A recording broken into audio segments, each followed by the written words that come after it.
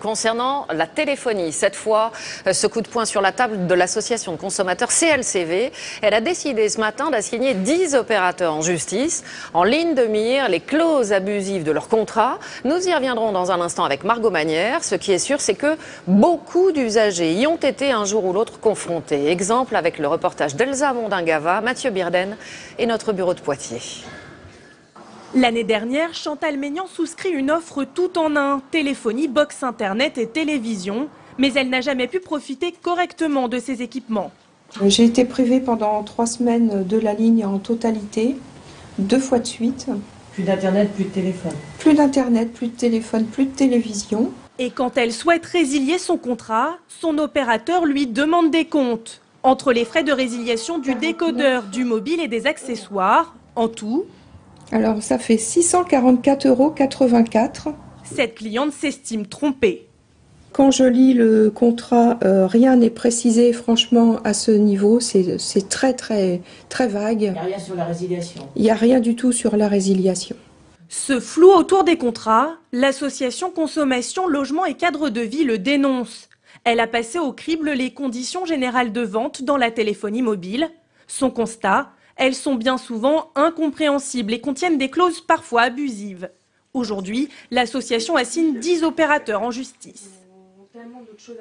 Nous voulons que les choses changent, nous voulons que les professionnels prennent conscience qu'ils n'ont aucun intérêt à continuer à distribuer des contrats avec des conditions générales longues, techniques, avec des contenus qui sont certaines fois contestables. Ce matin, les opérateurs de téléphonie mobile ne font aucun commentaire, mais rappellent que les réclamations ont sensiblement diminué depuis un an.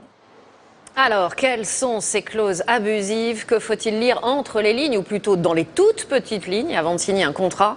Margot Manière, notre spécialiste conso, nous a rejoint sur ce plateau. Margot, bonjour. Bonjour Elise. Quels sont les abus les plus courants? Alors d'abord, pour l'association de consommateurs, il y a des limites dans les offres illimitées. Elles sont inscrites la plupart du temps en petit, vous l'avez dit, dans les conditions générales d'abonnement, un document qui n'est pas forcément lu par les clients. Par exemple, les opérateurs conditionnent leurs offres illimitées à un comportement raisonnable, à une utilisation non abusive ou encore à une utilisation normale d'un client grand public. Selon la CLCV, c'est volontairement flou, c'est intentionnel. Et puis il y a aussi des restrictions pour les offres illimitées. Un exemple, chez un opérateur, les appels ont une durée de 3 heures maximum et c'est loin d'être aigri, en gros, comme ça. Alors, il y a aussi des abus concernant cette fois les dépassements de forfait. Oui, toujours selon la CLCV, certains opérateurs demandent aux personnes hors forfait une avance sur facturation en cours de mois. C'est le cas par exemple si l'abonné a passé des communications non comprises dans sa formule pour un montant supérieur à 45 €, c'est-à-dire s'il a appelé les numéros spéciaux, les fameux 0800 pour plus de 45 €. Une pratique qui est pourtant, qui a déjà été condamnée par les tribunaux, souligne l'association de consommateurs.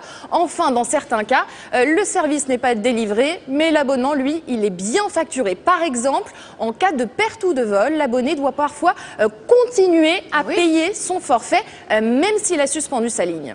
Merci à vous, Margot Manière, pour toutes ces explications.